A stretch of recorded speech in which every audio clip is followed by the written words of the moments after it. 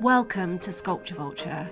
I'm Lucy Branch, a sculptural conservator and author who is endlessly fascinated by public sculpture. I bring you a series of interviews with sculptors and other fascinating people involved in the field that inspires me, and I hope will do the same for you. You can see the photographs that accompany the episode and the show notes at sculpturevulture.co.uk. Joining me today on the show, I have Tessa Boase, who's a social historian, journalist, and public speaker. But most important of all those things is that she loves a good story.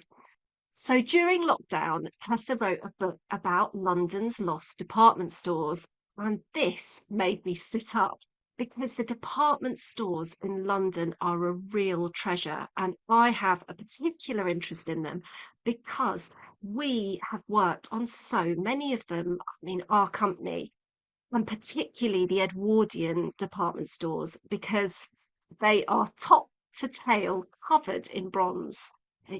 Entrances and window frames and canopies, friezes everywhere you look, you will see bronze on that type of department store.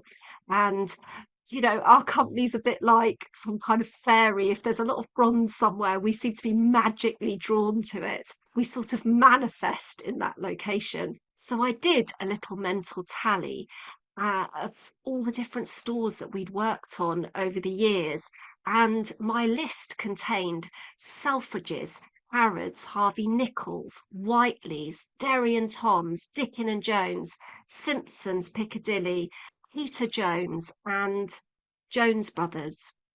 Goodness knows how many more my dad have worked on before me, because he was really living in the period where they really were at their height. And I'm absolutely sure that many of them must have needed a lot more of the ongoing kind of work that we do. And the really special thing about them is that they weren't just places of retail. They were temples of art and design and fashion, all in the one place. Oh my goodness. Also, craft. How can I forget craft? It was just a very strategic decision to weave these things into the buildings. And the outcome is that actually we've ended up with buildings that you they kind of intersect with museums because they're so fabulous. So I began our conversation today by asking Tessa how her interest in department stores had first been kindled. That is a good question. I used to work on Kensington High Street for Associated Newspapers, and every day I would get out of the tube, walk down the High Street, never giving a glance at any of the buildings beyond eye level. I never looked up. And then one day I was idling away at a lunch hour down the side of Derry Street, and I looked up and I thought, what on earth is this? There were these incredible bas relief carvings, sort of metalwork, these stories on the side of the building, beautiful beehives with bees and kind of leaping deer. And higher up, the further up I looked, there was more going on. There were workmen with spanners and sort of jaunty 1930s caps on. There were stories all over the facade of this building, which I now know is the former Derry and Tom's, Marks and Spencer now. And my offices were in part of the Barker's building. And digging a little bit deeper, I mean, how ignorant I was. The whole of Ken High Street was once given over to Barker's empire. And so, yeah, that sense you get in London often of a sort of time warp. Suddenly you're in another era, and another era before that as well. The sense that the past is very present with you. So many different architectural styles on that one high street, all for these, temples of consumption, as they were called. So that sort of tickled my interest. And then came lockdown, and they started falling like flies. I think they were already closing endlessly before that, but this was the great kind of swathe when suddenly I think we lost 83% of our department stores in the last, I think it's over the last 7 years. Wow. So I then thought, well, the memories that they contained are going to go. Who's going to look after the archives? Our generation just about has a relationship with them, memories of going with parents, grandparents, and using them. But our children's generation have absolutely no relationship with department stores or whatsoever. And when I talked a lot to older people, they love this subject, and this kind of murmur of, rich nostalgia goes up in the room. These are repositories of memories, and often they're very sensory memories. It might be a door handle, the curve of a banister, having your feet measured for your new school uniform, shoes. And I love those kind of memories. So I thought I needed to capture those anecdotes from the past, and also take a broader look at what was going on in the capital over this huge kind of 150, 200-year time span of building, decorating, selling, identifying. Every high street had 1, 2, 3, 4 department stores that all somehow managed to support themselves. I think that's so true about particularly about these archives, because as well, I think they had often in these buildings, they did have a room where things got sent to, and like histories and documents and things like that got sent to. And my fear now is what's happened to those rooms. I know because having worked in so many of them, thinking particularly Selfridges, they had a fantastic archive room. It was a lovely muddle of historic documents. Also, the lift, parts of the lifts were in there, just pushed against the wall and things like this. This is going back some time now. And we always have to do research for our restoration projects to make sure that what we're aiming for is connected to the original, and we're not reinterpreting what we assume was the original. And my fear now as well is not only if the building's gone and where has all that history gone, but also is it possible that everything's been in the ones that exist has been turned over to commercial space, because every inch can sell now, and so like basements and things, it's too expensive to keep things like archives. So what, have they skipped it all? I think you're right. I mean, what department store would have a kind of archive department? I know that there's a headache over where to store, and who to look after the Great Debenhams archive. If you think how many stores were eaten up by that umbrella, will those documents be seen to have any, interest, relevance? The best archives are those stores that still remain individually owned. But even then, Jenner's of Edinburgh, for example, when they close, it's a headache for somebody. And I can just see, I think you're right, loads of stuff just kind of being slightly swept into the bin, just a few pickings kept. I was in a family-owned department store in Jersey recently. It's been in the same family forever, and they were occupied during the war, and they used to have to supply the Nazis with special things, and they have every single piece of paper, every letter, every chit, every demand. It's so rich. It really is. All these personalities jumping off the page. That is the kind of archive I love.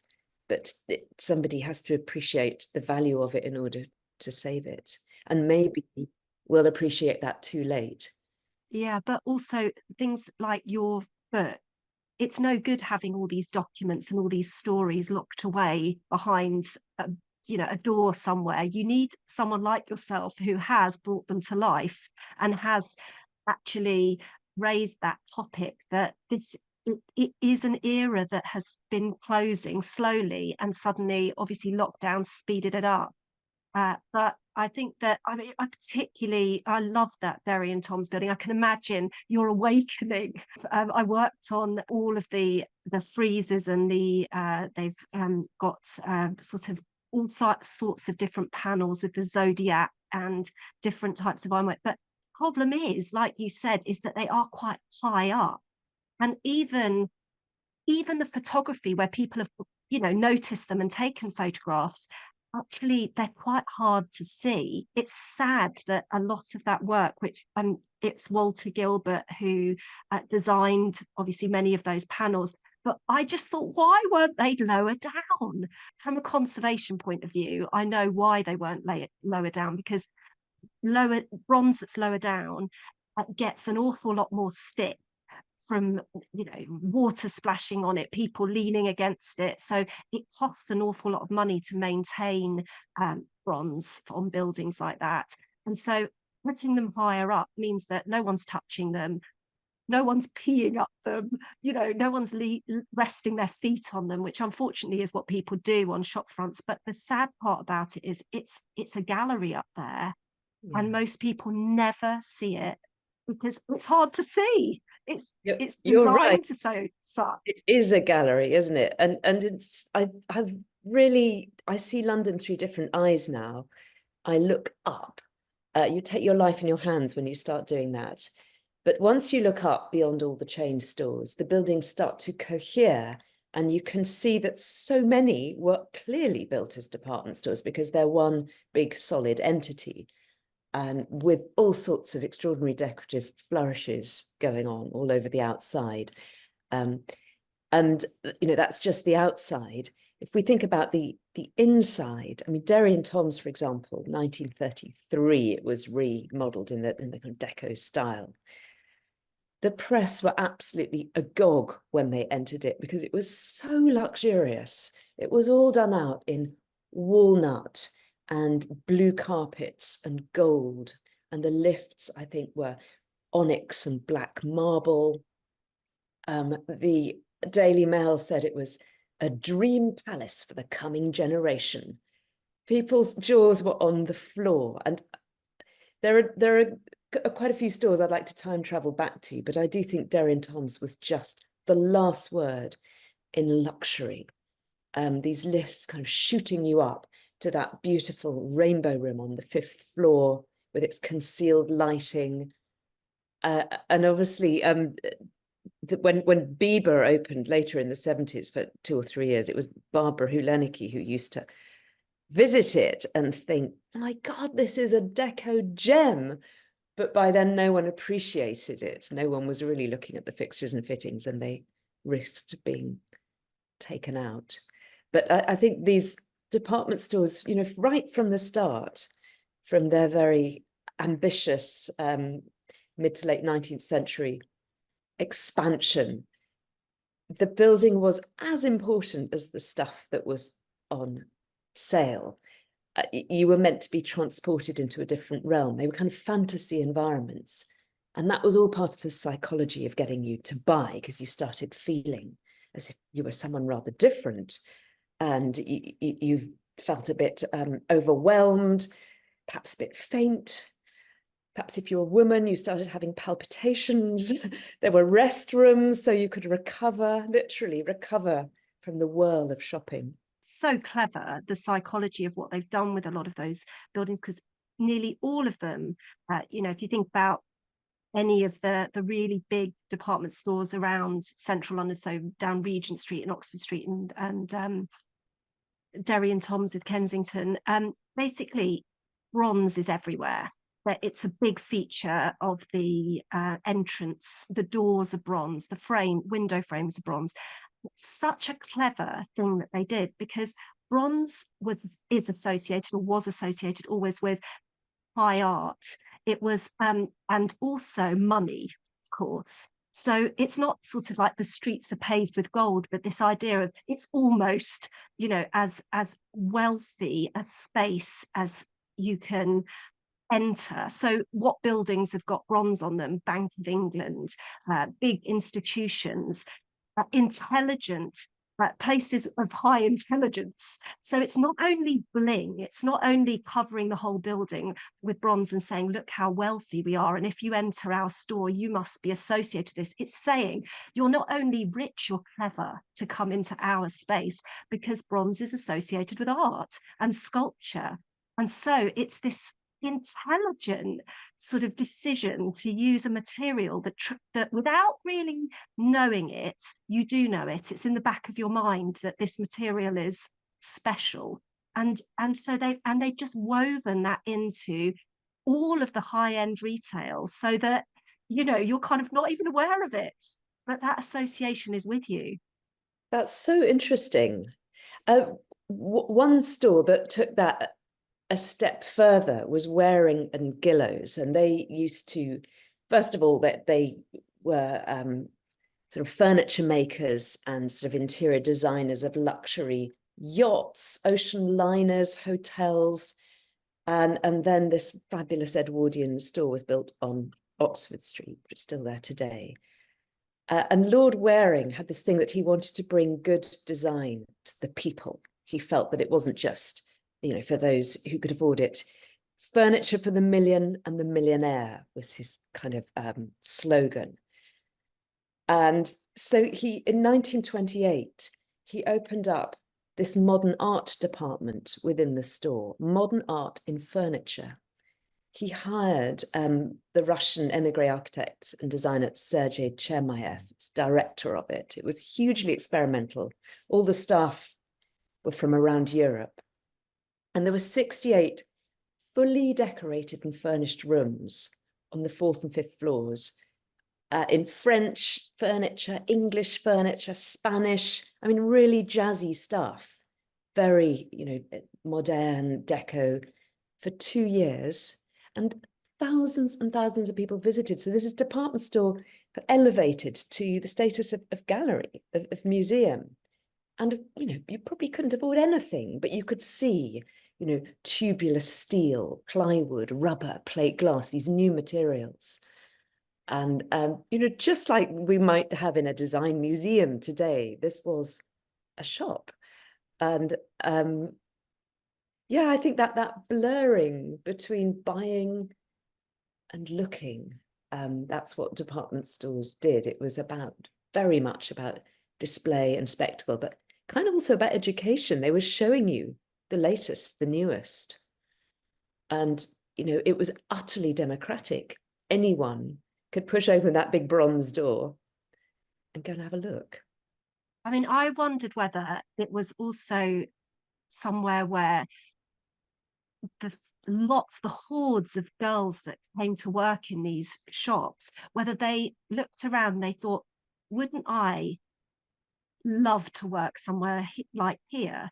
I thought that was probably a huge appeal to the girls of the time coming in. Now, whether the reality was quite the same as the fantasy, I don't know. I suspect not. It's always usually, as soon as you go behind the scenes, and a lot of the girls obviously lived on site, um, then suddenly backstage is probably absolutely minimal, conditions not so good.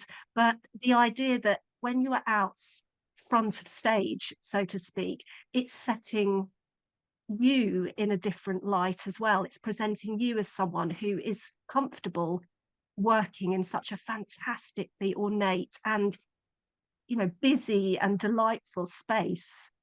Yes, and you had to be very smart in your black silk dress. Um, I think it was hard work, though. Uh, and there is a great, particularly in the Victorian era, going just into the 20th century, a great gulf between what the customer might see and the reality behind the scenes. As you say, these girls lived in either in attics in the roof or in kind of rather grim boarding houses nearby. It was a really hated system. It wasn't really done away with until the First World War. They had to pay for their accommodation, for horrible food. They weren't allowed visitors.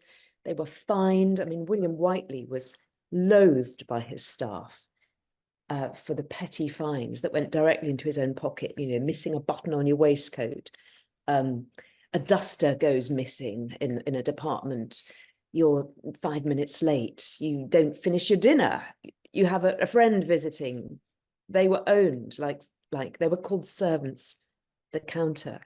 But it probably was a bit of a fantasy, especially for country girls, get to the big city.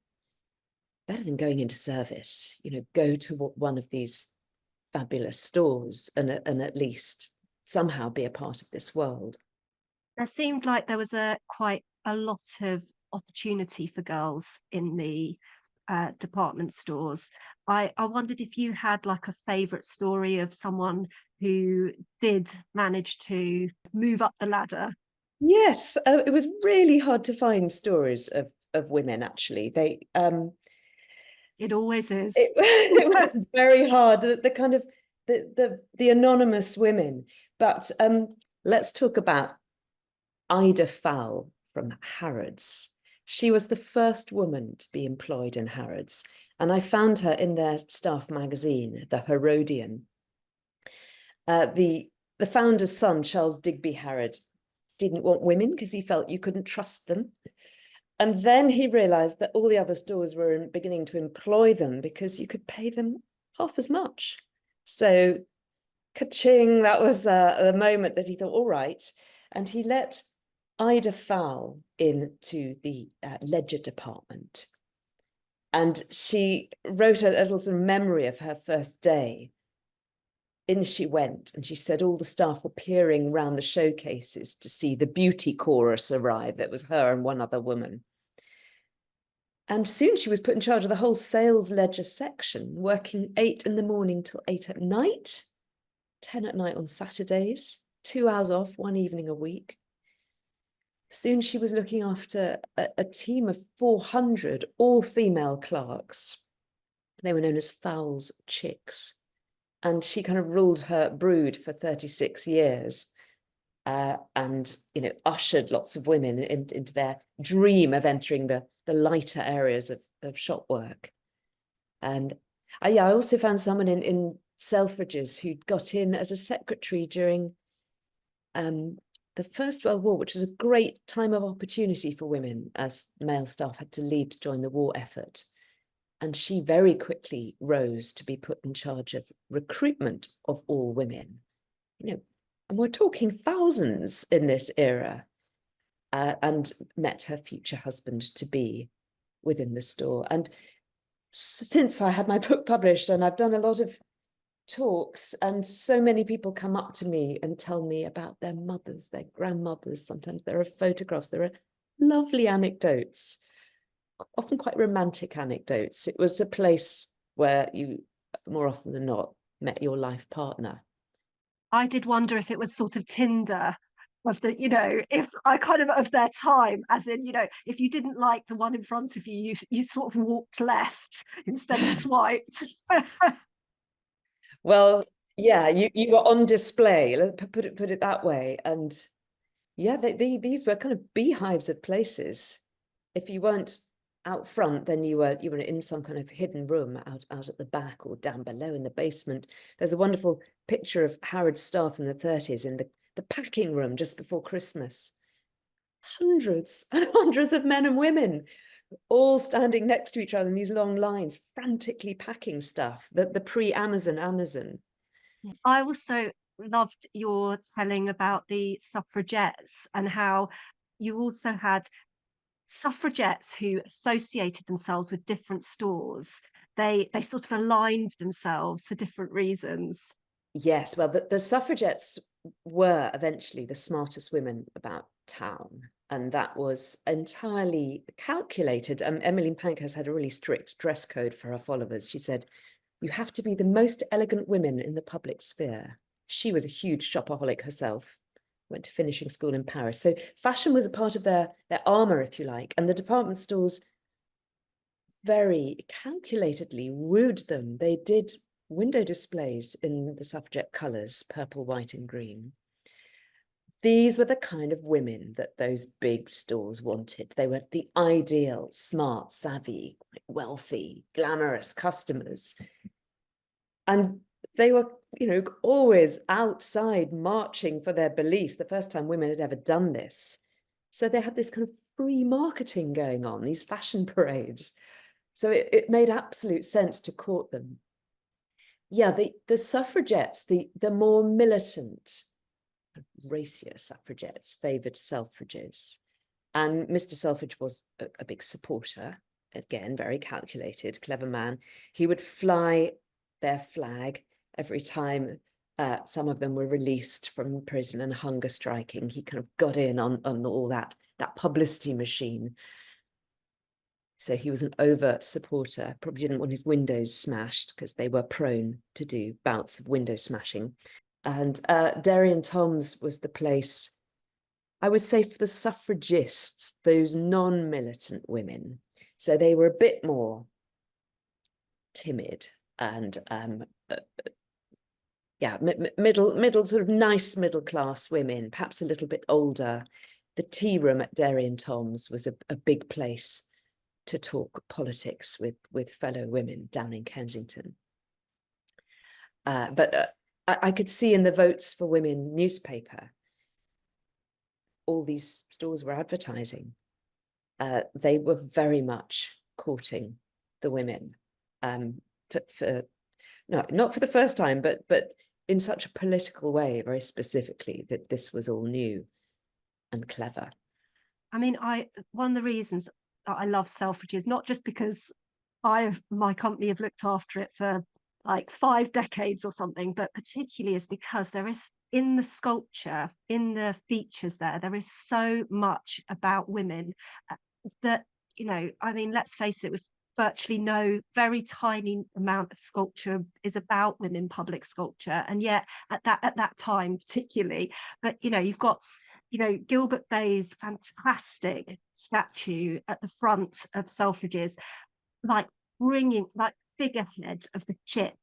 He's bringing, you know, all the wares from across the globe It's the into Queen of London. The Time. Queen of Time, but Mm. it stands at the bow of, like, at the front of the ship, you know, and sort of ushers it in. And I just think it's such a strong representation of women. It's such a proud statue. And it's so beautifully located right at the front of the store. It seems to just work so well. And then you've also got, down on the main entrance, 2 sculptures of women either side of the main entrance. And I just don't think there's any department store that has so many women. I mean, there's no men on it. He was all about the women, Mr. Selfridge. So I think that's no mistake uh, in terms of employing them, wooing them. Do you know, it was the first store to have a women's lavatory.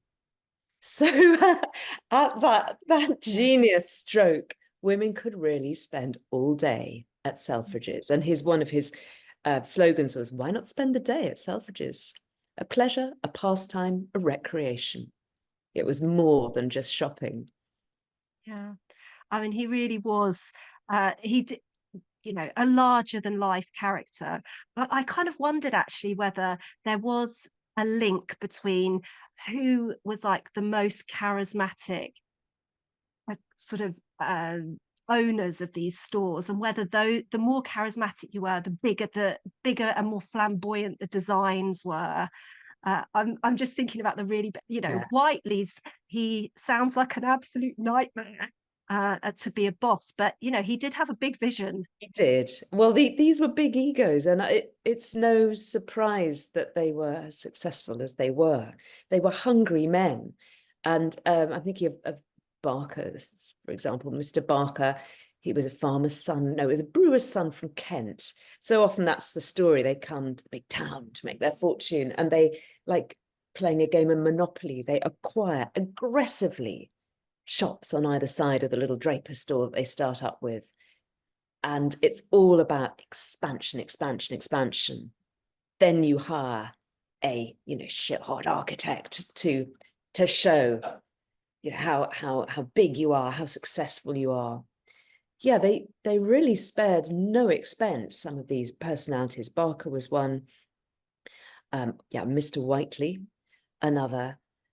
Mr. Selfridge, of course. Yeah, all men. again. But yeah, it was just a sign of supreme confidence. And hiring also decorative artists as part of that package was what absolutely the done thing. It had to be the newest, the brightest, the latest, because there were so many of these stores all in competition with each other. You had to outdo each other with what you had on offer in those architectural features inside, and that's before we've even got onto what they're trying to sell. Selfridge would do crazy things. I'm thinking about the era of kind of stunts and spectacle, which was very much the 30s, putting extraordinary things in your store to get people to come in. In 1932, he had a Buy British campaign, and he invited the great kind of steel artisans of Sheffield to fill 6,000 square feet of their products. Just kind of clever, So crazy. clever. And, that is the kind of thing we now do in galleries, don't we? In museums, we don't expect people to buy it. It's just like a mad stunt, a comment on consumerism or on the metal itself.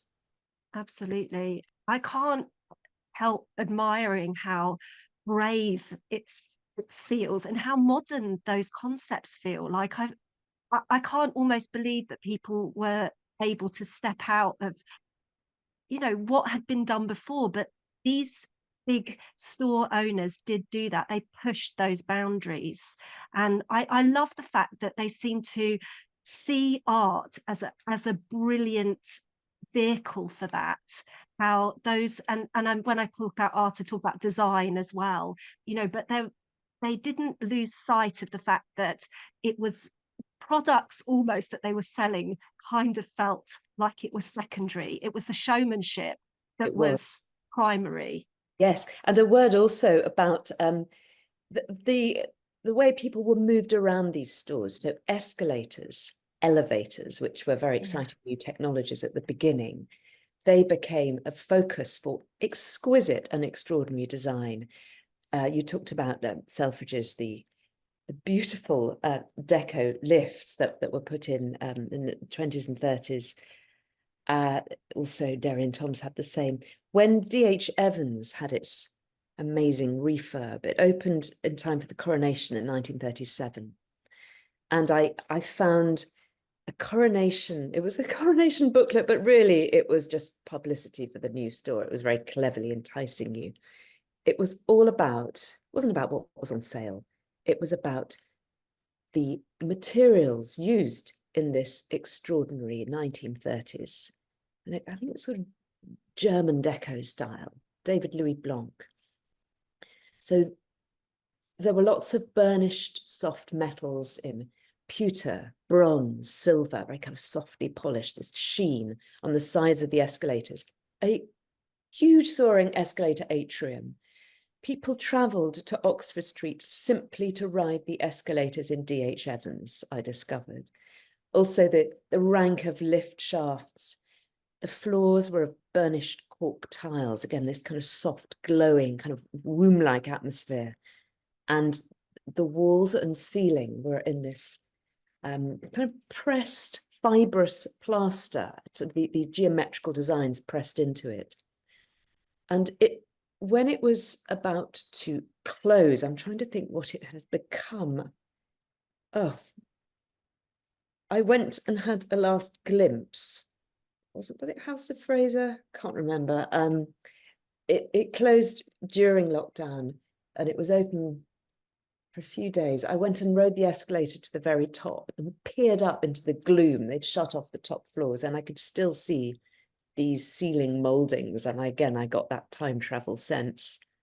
If only they'd left it be. Can you imagine what a draw it would be today?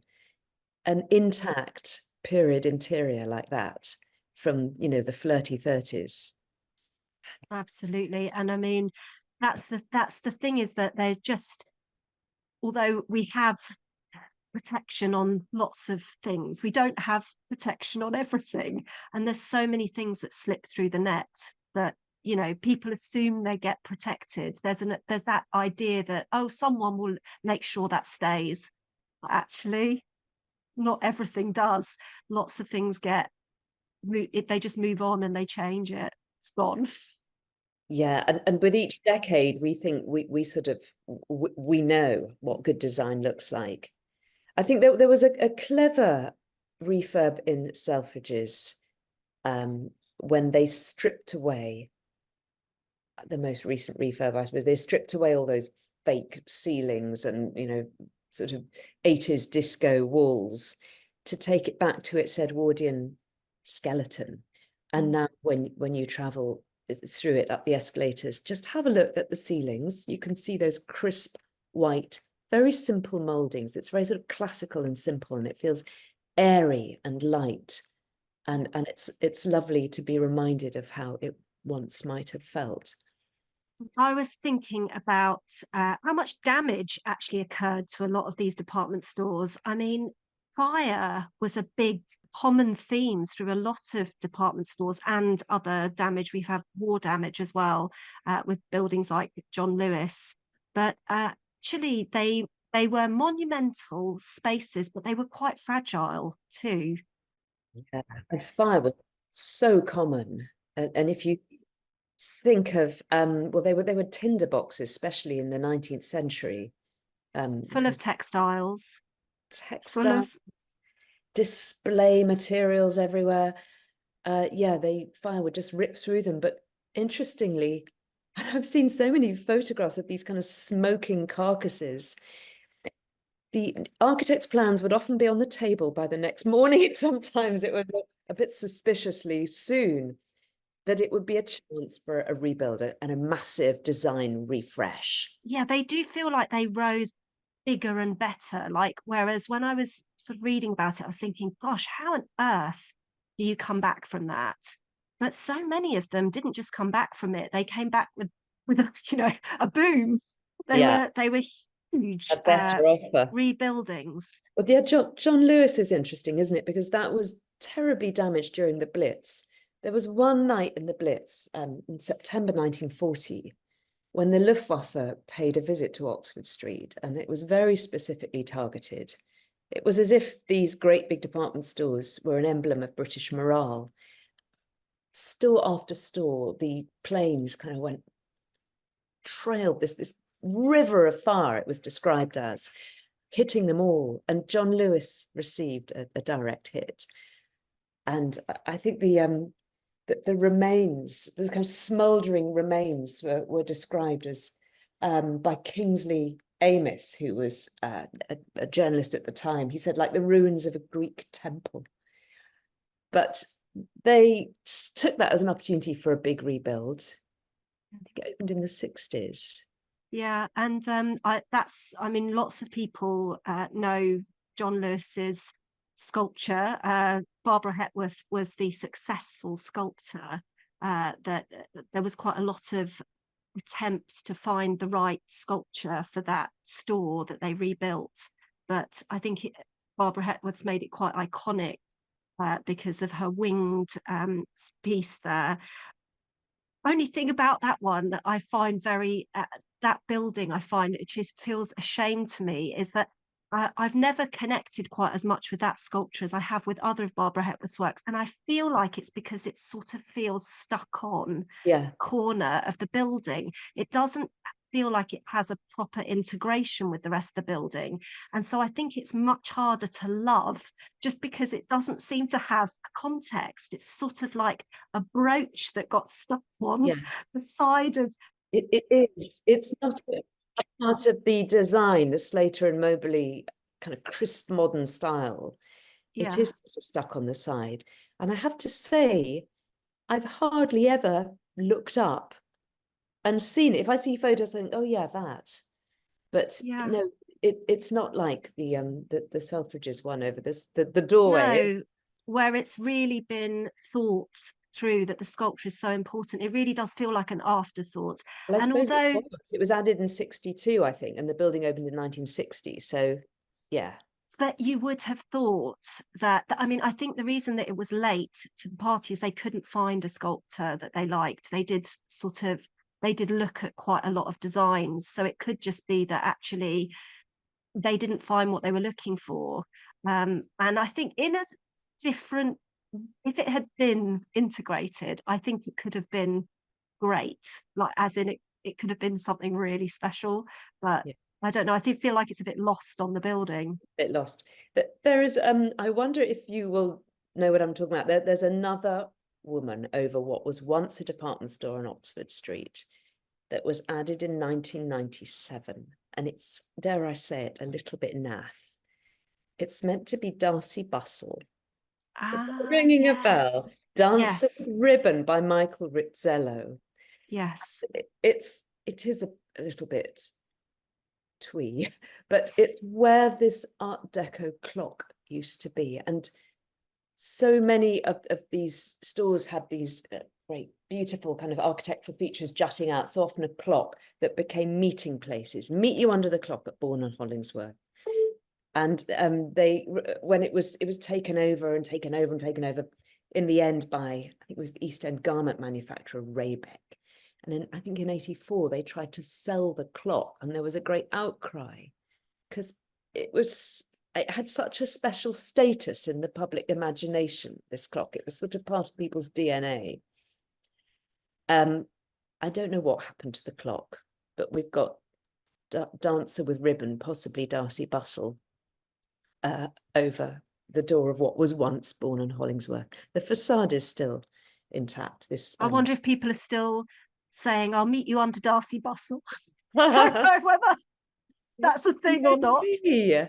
Well, just have a look up next time you're walking down Oxford Street, and you might be surprised at what you see sticking out over doorways. Well, Tessa, I could talk to you all day. I have at least 50 more questions, but I was hoping that you could tell people where they might be able to buy a copy of your book, what it's called. Yes, thank you, Lucy. It's been great talking to you and learning also about the significance of bronze in stores, because I honestly hadn't kind of clocked how significant that was in terms of luxury. Yeah, My book is called London's Lost Department Stores, A Vanished World of Dazzle and Dreams.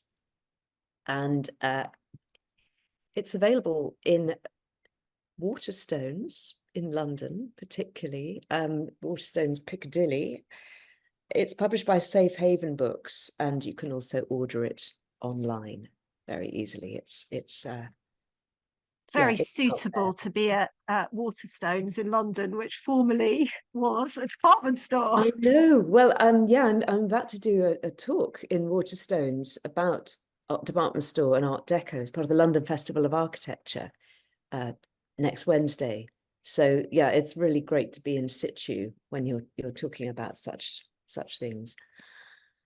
If you'd like to know more about Tessa Boase, she has got a fantastic website, well worth checking out.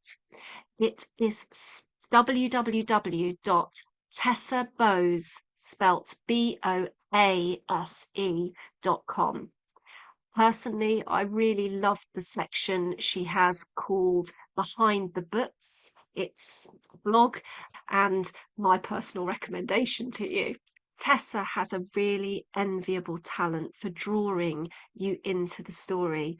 I'm not quite sure whether it's to do with her research that seems to be at her fingertips, or maybe it's that gorgeous, sonorous speaking voice she has, or maybe that she so clearly sees the past that she's able to conjure it up for us and find somehow the right words for it too.